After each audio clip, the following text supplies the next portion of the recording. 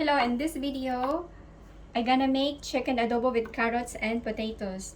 Here I have whole chicken parts marinated with tablespoon of soy sauce, teaspoon of salt, half teaspoon of pepper, and half squeezed lemon. And I leave it for 10 minutes.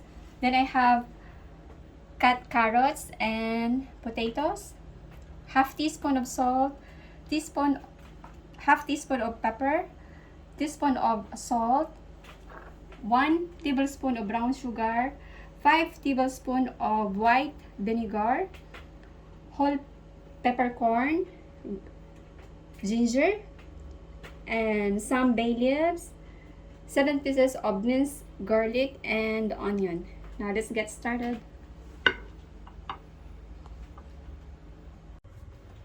Start on the fire on medium heat.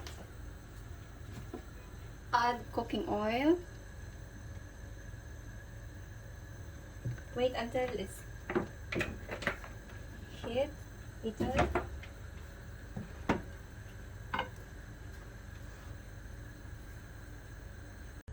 Now let's fry the marinated chicken till it has the taste.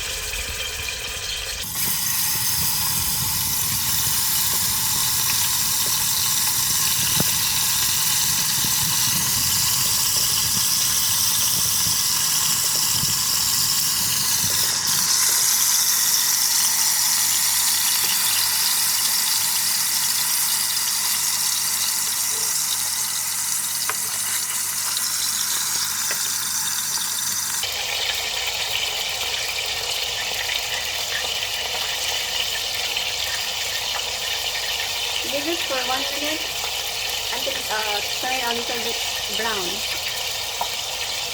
This makes the spoon let out the taste of our marinated chicken. Now, our fried chicken done. And local fire.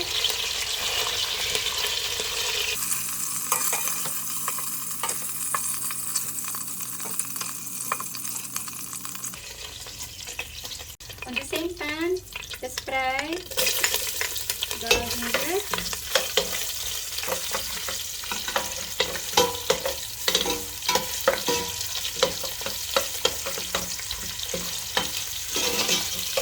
And add the garlic.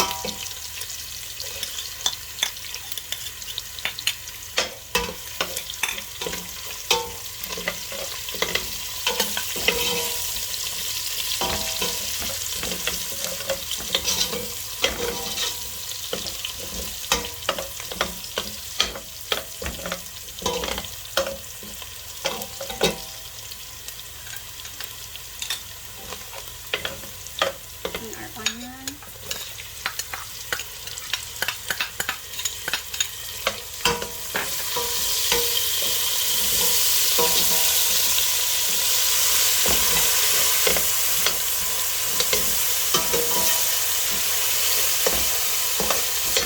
Now it's turned to golden brown. Let's add our chicken.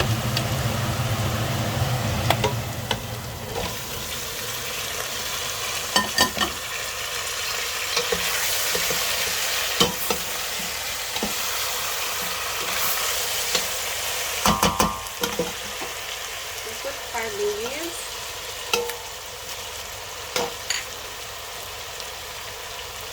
our peppercorn, the sugar,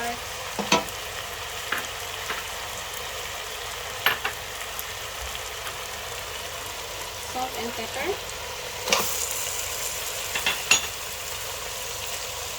and vinegar. Cover for about 10 minutes.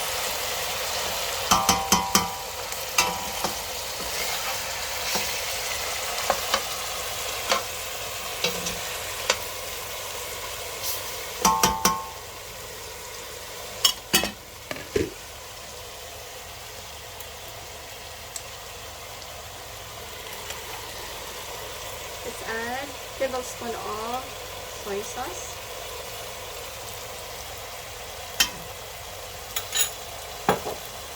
And cover for 10 minutes. low fire. After 10 minutes, let's add our potatoes and carrots.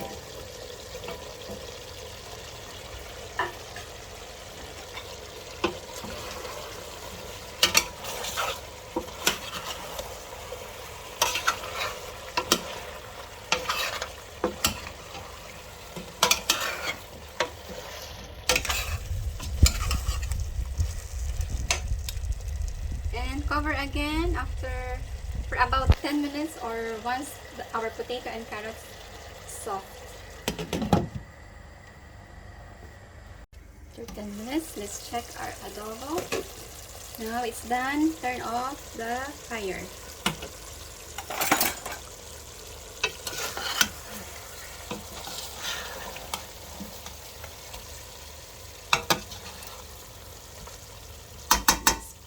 Put on a serving plate. Now our chicken adobo with carrots and potatoes are done. So yummy. Please don't forget to like, subscribe, and share Sources Kitchen.